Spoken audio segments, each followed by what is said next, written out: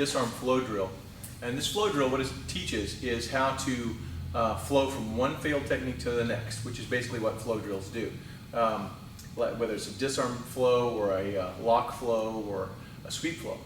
Now, so it's not necessarily directly combative, but it does teach you the skills and give you the necessary skills to be able to do it in combat. So it's going to teach you, the students, where to grab, how to affect the disarm, how to create a base, and then in which direction to apply the lever. And then when you put those together, eventually you'll be able to flow from any one to any one. So the traditional method of training this is in a Sayaw, or dance form. So I'll go through that real quickly just to kind of show you what that looks like. Okay, so Sayaw for this 12 count disarm flow. My version of it, everybody has a different version. My version of it goes like this.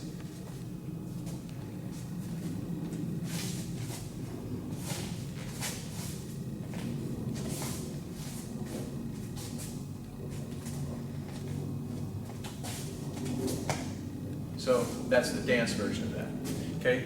Now what we'll do is we'll get Jared in here and I'll show you where those flows and where those disarms come in. So Jared's just going to feed me an angle 1, and I'm just going to take this. My first motion is I jab, throw jab, I jab, and a crosshand parry. I take that through, grab the thumb here as the base. I'm going to roll that up. Now what I'm going to try and do is I'm going to try and push that into his face. Just relax. I would like to feed that into him like this. Okay. But when he realizes that's happening, he'll get stiff in his hand, okay? And when he does, that creates a base for me to do the disarm. Now, there's a couple of different things about the disarm. One is I hold his thumb so that he can't let go. And when I press the blade into his thumb, it shears his thumb, breaks his thumb. That makes him want to open his hand and creates the disarm, okay? So that's number 1, okay? Now, when number 1 fails, it fails because he rotates out from underneath my lever. So what I'm going to do is I'm just simply going to let my left hand go, and my right hand is going to take it, not just letting go, but my right hand is actually pushing down. That's actually a combination of a parry and the new control. And I'm grabbing just the meat of his thumb. What I'm going to do is I'm going to take my hand and slide down my arm and come out to this point. Again, I can shear his thumb, or if he's smart enough to let it go, it'll come right out. So go right here, slide it straight down, and then pop it out like that. That'll be number 2.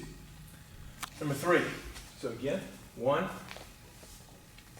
here, 2, this direction is kind of 45-degree out behind him like that, that's 2. Now if it's a small blade, or if he had his edge turned toward me and I didn't have as much control or whatever as I was looking for, or it just doesn't come out from here, I'm going to eye jab him, I'm going to elbow down on his forearm, if I push this into his face, he'll perceive that coming and he'll counter me. So it goes from here to here, and I push it over past his shoulder first. Lock in your figure 4.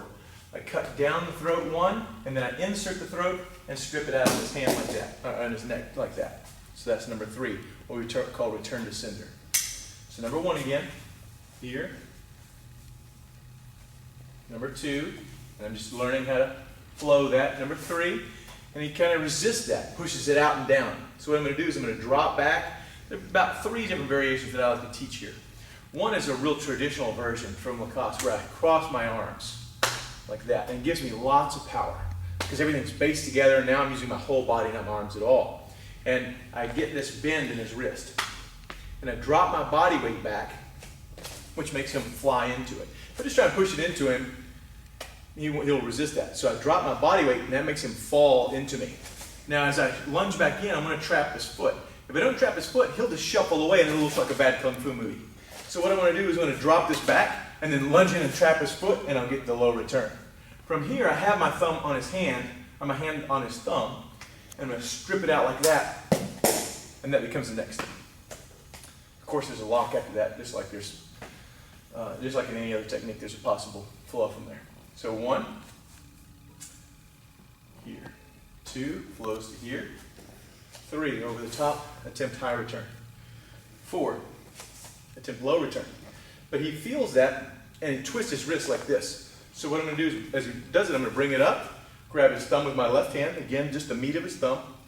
And this time I'm going to strip, instead of towards his face, which we did number 1, he kind of pulls it back. He just kind of tries to get control of it again. When he pulls it back, I just push it past his elbow, and I strip it down and out, outside that lead there. Okay, so Go to the next one. So 1,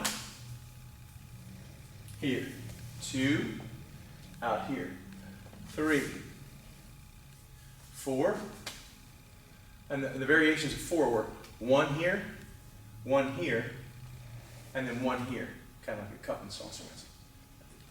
5, over the top like this, stripping it out. Now 6 is what he's going to do is he's going to push his hand out. He kind of feels like that's so he's trying to push it out. So when I try to strip that, he pushes it out. Now, right here, there's a little bit of his handle sticking out, okay? So it went from here, when he rolled it out like that, there's a little bit of that handle. So what I'm going to do is I'm going to strip using just my webbing of my hand here on that little bit of his handle. And I can return from there, okay? So it goes 5, stripped to 6, okay? So let's take it again, number 1. 1, here, 2,